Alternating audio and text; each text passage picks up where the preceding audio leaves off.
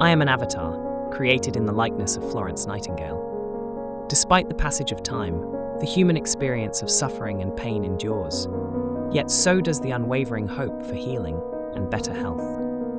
My journey began with a profound belief that every patient is entitled to dignity, cleanliness, and proficient, compassionate care.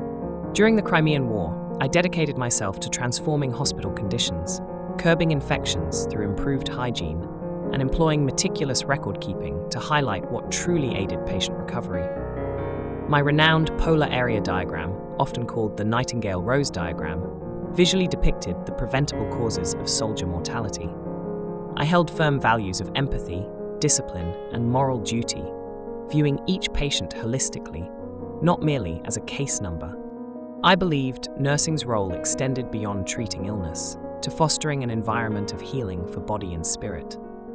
Today, modern nursing embodies this fusion of science and ethics with a steadfast commitment to patient well-being.